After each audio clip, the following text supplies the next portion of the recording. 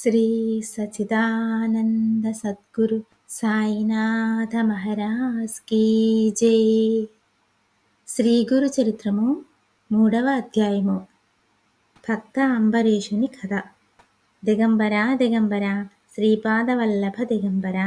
సిద్ధముని వలన గురుభక్తి ప్రభావమునంతయు వినిన నామధారకుడు, స్వామి, నేను మీ దాసుడను, మీ నివాసమెక్కడా అని ప్రశ్నించ, సిద్ధముని అతనిని ఆలింగనమునర్చి ఇట్లు చెప్పదొడిగెను. మా గురువు యొక్క నివాస గ్రామమే మా గ్రామము. గురు మహిమాన్విత పానమే మాకు జీవనాధారము. ఈ పుస్తకమును చూడుడు, ఇది గురుచరిత్రము. దీనిని పఠించు వారికి భుక్తి ముక్తులు కరతలామలకములు. పుత్రార్థికి పుత్రుడును, ధనార్థికి ధనమును, ముముక్షువునకు జ్ఞానప్రాప్తియు దీనిని పఠించుట వలన సిద్ధించును. ఈ గ్రంథమునెవరు శుచి అయి భక్తితో సప్తాహములో పఠింతురో వారి మనోరథములు నెరవేరును. అట్టి వారికి గ్రహబాధలు కాని రోగపీడలు కాని కలుగవు. అట్టివారు శతాయుష్మంతులగుదురు. బ్రహ్మహత్యాది పాపములు కూడా ఈ గ్రంథము పఠించు వారికి నశించును అని సిద్ధముని చెప్పగా, నామధారకుడు, స్వామి, ఎంతకాలము నుండియో ఈ గ్రంథము పఠించ నిశ్చయించితిని. దప్పిక కొన్నవారికి అమృతము లభించినట్లు నేటికి మీ దర్శనమయ్యను. ఈ గ్రంథమును మీరే దయతో నాకు శ్రవణము చేయించి నన్ను ధన్యును చేయుడని ప్రార్థించెను. అప్పుడు సిద్ధముని అతనితో, ఇంత పర్యంతము నీకు దృఢమైన గురుభక్తి లేకపోవట చేతనే కష్టములు అనుభవించుచుంటివి. దృఢమైన గురుభక్తి గలవానికి ఎట్టి కొరతయూ ఉండదు అని చెప్పి తన యొక్క హస్తమును అతని శిరమున ఉంచి, నామధారక, భయపడకుము, లెమ్ము, సంశయమును విడనాడి గురువును భజింపుము. గురుమూర్తి ఎన్నడును తన భక్తుని ఉపేక్షింపడు. గురువన దయాసముద్రుడని తెలుసుకొనుము. గురు చరణముల శరణు పొందిన వారికి లభించినదేదియూ లేదు. మేఘము అంతటా వర్షించును, దానికి పక్షపాతము లేదు.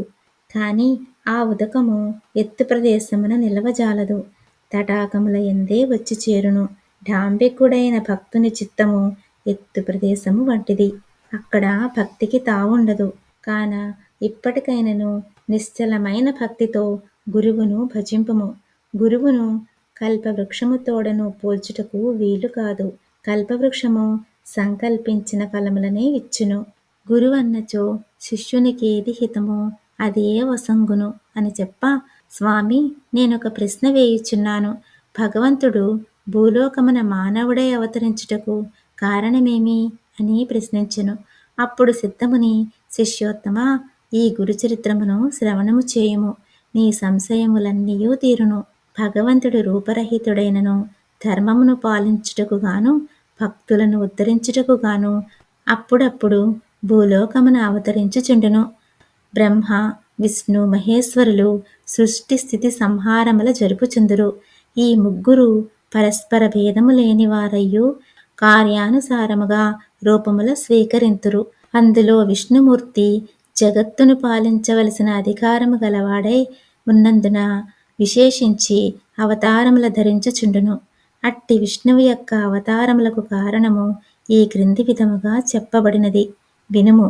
పూర్వము సూర్యవంశమున అంబరీషుడను ఒక విష్ణు భక్తుడు దృఢవ్రతుడై ఏకాదశి వ్రతము నియమముతో జరుపుచుండెను. ఒక రోజున అతని ఇంటికి దూర్వాసుడు అతని వ్రతభంగ నిమిత్తము అనునటులొచ్చెను. ఆ రోజు ద్వాదశి ఒక గడియ మాత్రమే ఉండెను. అంబరీషుడు ద్వాదశి గడియలోనే పారణ చేయు నియమము కలవాడు. అతను దూర్వాసుని చూడగానే లోపల భయము నొందెను. కాని అతను అతిథి సత్కారము చేయువాడు కాన విధిపూర్వకముగా దూర్వాసుని ఎదుర్కొని పాద ప్రక్షాళనమనర్చి, స్వామి, ఈ రోజున ద్వాదశి స్వల్పముగానే కలదు. తమరు శీఘ్రముగా అనుష్ఠానము చేసి పారణమునకు దయచేయుడని వేడెను.